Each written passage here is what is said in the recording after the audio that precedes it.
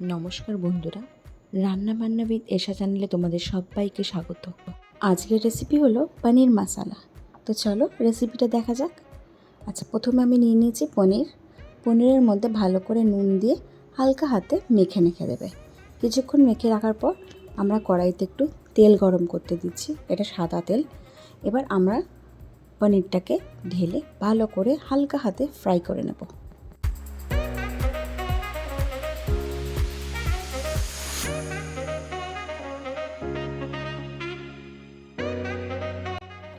পনিরটা golden brown হওয়া অবধি কিন্তু ভাজতে হবে। দেখো মোটামুটি হয়ে গেছে। এবার আমরা এটাকে তুলে নেব। এবার ওই তেলের মধ্যেই একটা গোটা আলুকে এরকম কিউব করে কেটে ভালো করে ভেজে নিলাম। খুব সুন্দর করে গোল্ডেন ব্রাউন হওয়া পর্যন্ত ভেজে নিতে হবে। এবার ওই একই কড়াইতে আমি সর্ষের তেল নিয়ে নিচ্ছি। ফোড়ন হিসেবে দিচ্ছি গোটা জিরে, গোটা গরম মশলা আর শুকনো লঙ্কা। এবার আমি দিয়ে দিচ্ছি ছোটো ছোটো কুচি করে রাখা পেঁয়াজ।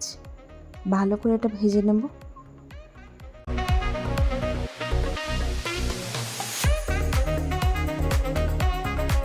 দেখো মোটামুটি অনেকটাই ভালোভাবে ভাজা হয়ে গেছে। এটা একটা পিঙ্কিশ টাইপের কালার চলে এসছে। এবার আমি দিয়ে দেবো আদা রসুন কুচি।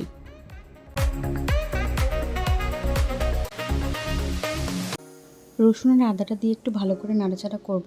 এবার দিয়ে দেবো এর মধ্যে একটু নুনটা দিলে তাড়াতাড়ি করে আদা পেঁয়াজ রসুনের কাঁচা ভাবটাও কমে যাবে আর তাড়াতাড়ি ভাজাও হয়ে যাবে।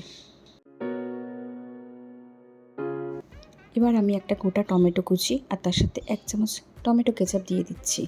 তোমরা টমেটো কেচাপের বদলে 2খানা টমেটো কুচি করে দিতে পারো। এবার আমি দিয়ে দিচ্ছি হলুদ গুঁড়ো, সাথে দিয়ে দিচ্ছি জিরে গুঁড়ো আর দিয়ে দিচ্ছি ধনে গুঁড়ো। এবার এটাকে খুব ভালো করে নাড়াচাড়া করব, ভালো করে জিনিসটাকে কষাবো।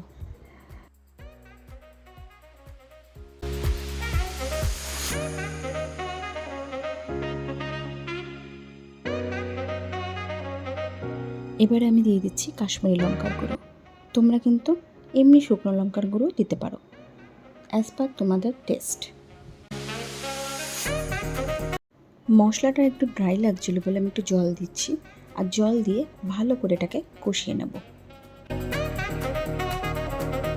এবার দেখো মশলাটা কিন্তু ভালোভাবে কষানো হয়ে গেছে। এবার জল দিয়ে দিলাম 1 কাপ মতো। তারপর এটাকে ভালো করে ফোটাবো।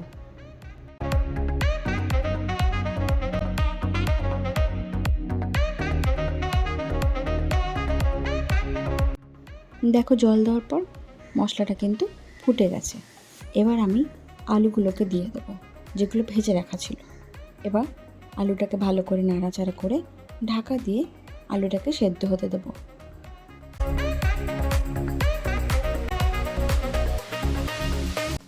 তোমরা চাইলে কিন্তু এখানে একটুখানি দইও অ্যাড করতে পারো। দই দিলে টেস্টটা আরও ভালো আসবে। আলুটা যখন অলমোস্ট বয়েল হয়ে যাবে তখন আমরা দিয়ে দেবো এর মধ্যে কসুরি মেথি 1 চামচ মতো।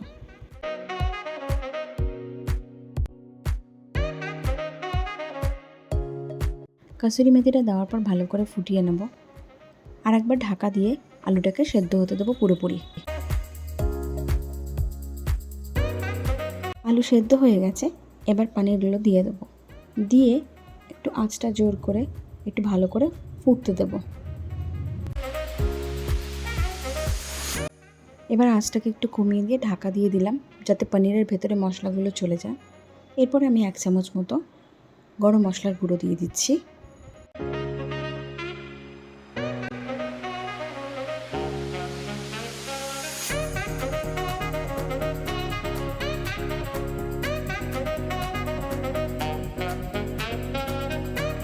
আমাদের রান্না কিন্তু অলমোস্ট শেষের দিকে।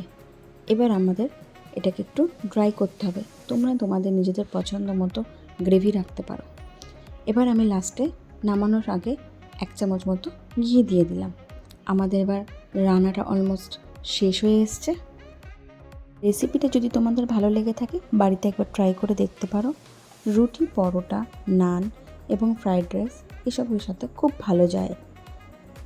ভিডিওটা যদি ভালো লেগে থাকে তাহলে সাবস্ক্রাইব করার অনুরোধ রইল। অবশ্যইভাবে লাইক করতে ভুলো না কিন্তু। আর কমেন্টে জানিও তোমরা কী নতুন টাইপের রেসিপি দেখতে চাও। Thank you for watching. পরের ভিডিও নিয়ে আবার হাজির হয়ে যাব। Bye for today.